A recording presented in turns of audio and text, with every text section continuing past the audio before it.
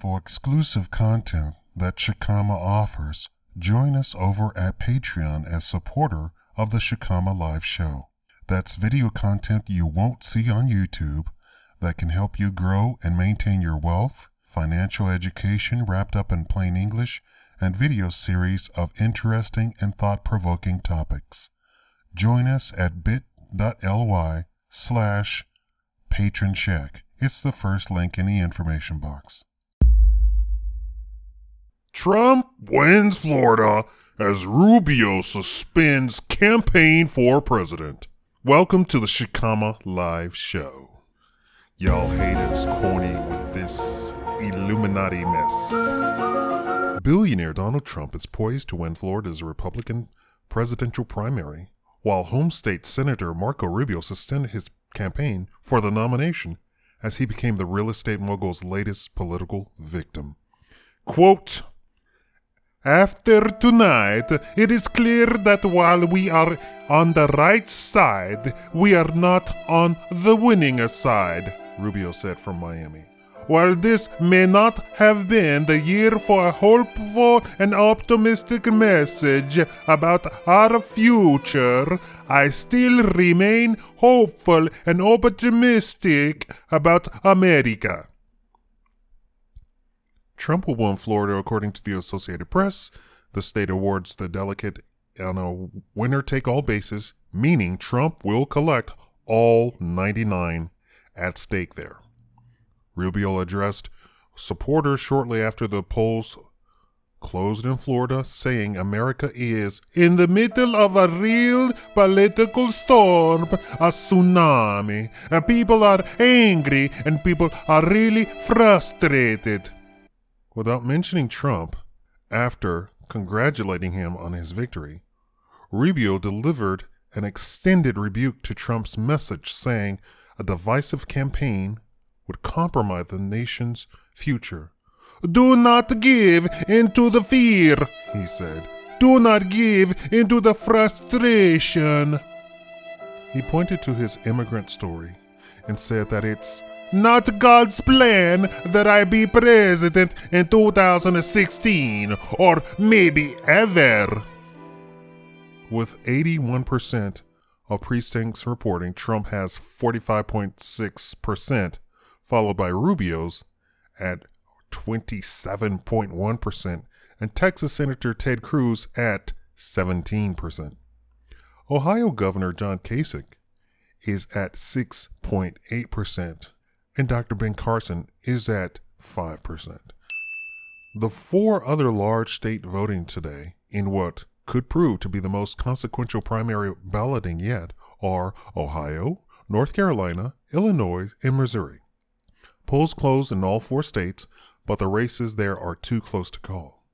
The Florida outcome will help decide whether the billionaire is unstoppable in his quest to win the nomination, or can be denied a clear path to securing the delegates needed for victory. Rubio once was viewed as one of the party's rising stars after winning his seat in Florida in 2010 as part of the Tea Party surge that year. Polling often showed him as a popular second-choice candidate for Republican primary voters, yet he struggled to record any wins in the early states. He finished fifth in New Hampshire's primary. After finishing second in South Carolina and Nevada, he went after Trump more directly, first on the debate stage and then in a series of campaign stops. He questioned Trump's manhood, called the frontrunners a con artist, and mocked his spray tan. Rubio has since said he regretted that change in his tone. For a brief time after Rubio's one-time mentor Jeb Bush dropped out, establishment Republicans viewed him as the best hope to stop the rise of Trump.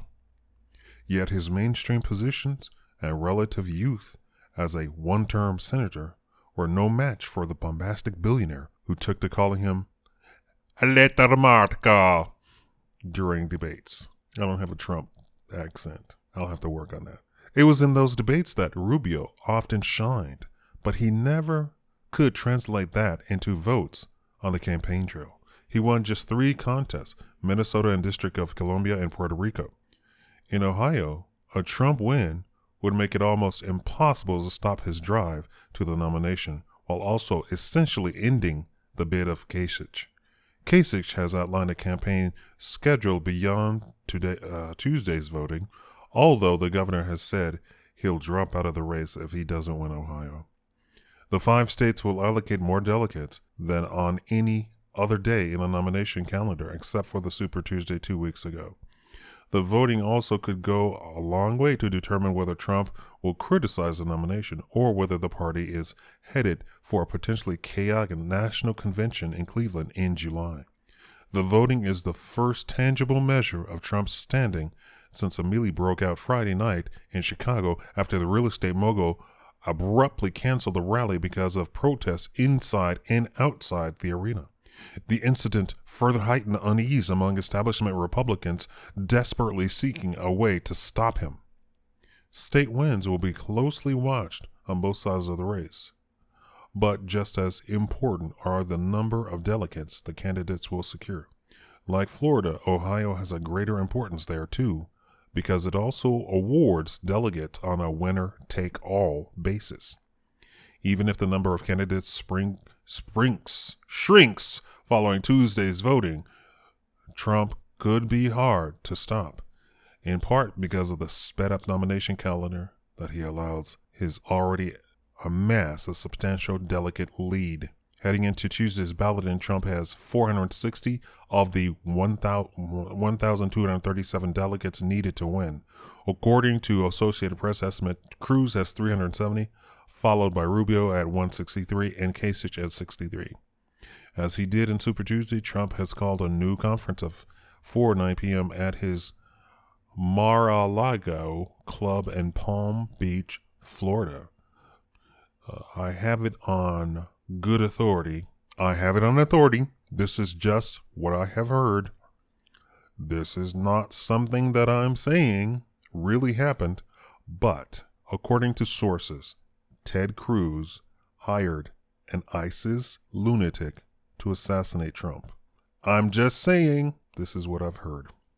But I have some bad news for all of you supporters of Trump who are supporting him thinking that he is not an establishment flunky, just like the rest of them.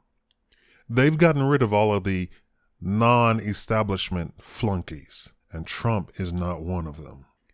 I'm going to do a little mini documentary just on Trump and how, in fact, he is establishment, and you just are overlooking it or trying to tell yourself he isn't. Thank you for watching the Shakaama Live Show.